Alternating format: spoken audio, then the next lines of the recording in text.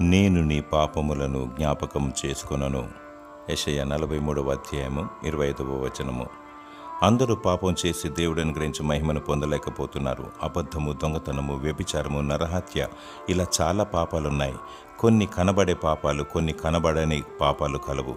ద్వేషం, ఈర్ష్య, అసూయ, కక్ష, క్రోధము మరియు ఓర్వలేనితనము మొదలగునవి అంతరాత్మలో నింపుకొని దేవుని దృష్టిలో శాపగ్రస్తమైన స్థితిలో ఉంటారు. పరిశుద్ధముగా, పవిత్రముగా, నీతి న్యాయము కలిగి జీవించమని దేవుడు కోరుతూ ఉన్నాడు. సమాజము దృష్టిలోనూ దేవుని ఎదుట నేను తప్పిదము చేశాను, నన్ను క్షమించు దేవా అని పశ్చాత్తాపముతో అడిగినచో ఆయన నిన్ను క్షమిస్తాడు.